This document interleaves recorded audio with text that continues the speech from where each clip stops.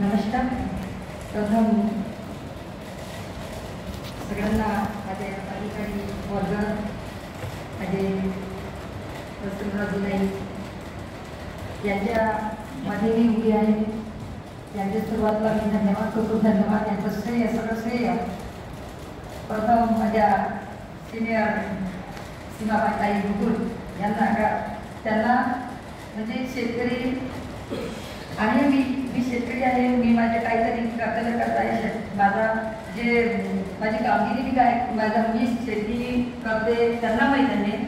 बाकी आमच्या गावातील लोकांना कोणती महिला काय काय करते सगळं माहीत असतं, परंतु ती काय काय कष्ट करते हे कोणाला माहीत नसतं.